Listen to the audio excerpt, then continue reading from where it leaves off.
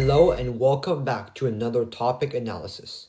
Today we'll be talking about the 2025 Nationals Public Forum topic, which is resolved. On balance, in the United States, the benefits of presidential executive orders outweigh the harms. Starting off with some definitions. First, on balance. The phrase on balance in debate means all things considered. The topic asks you to weigh the benefits against the harms. The overall goal is to prove that your impacts are more important than those of your opponents. Second, presidential executive orders. Cornell Law University defines these as a declaration by the president which has the force of law. Executive orders do not require any consensus by Congress to take effect. Lastly, outweigh. Oxford Dictionary defines it as to be greater or more important than something else, so proving the benefits are definitively more than the harms, or vice versa.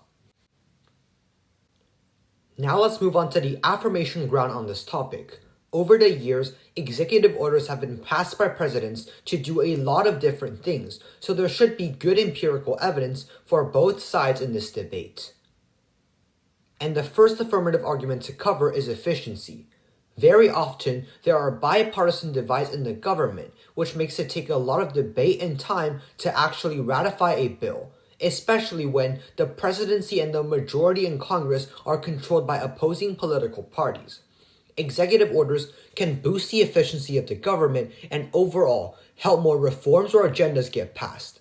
The American Prospect published an article this month arguing that time is the most precious resource in the Senate because they're only in session for so long, and strategies like filibusters cut down on the amount of time spent on passing bills. In that sense, executive orders speed things up when Congress is stuck in gridlock. The second affirmative argument idea is crises. And the argument is essentially that executive orders let the US government respond to situations without having to wait for a bill to trickle through Congress.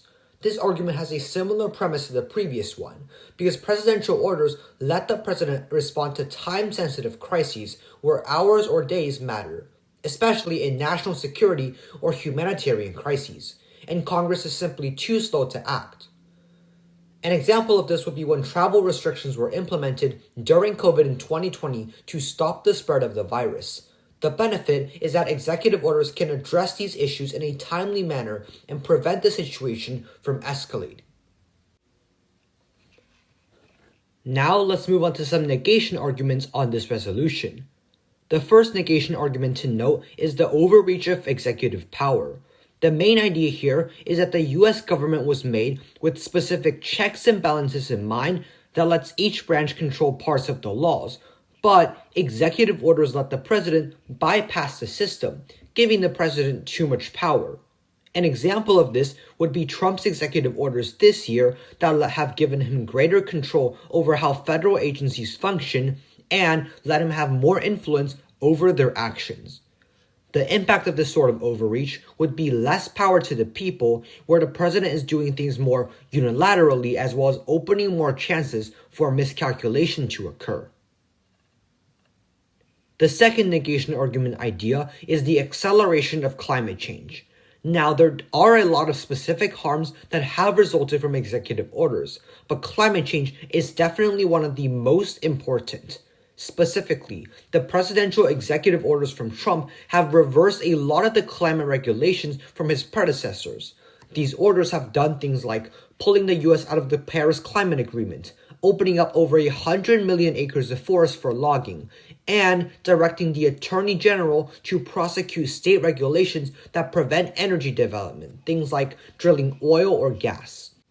This is uniquely important because the US is one of the biggest emitters in the world, and with us approaching the point of no return for global warming, these executive orders have hurt the US efforts to reduce emissions within the nation.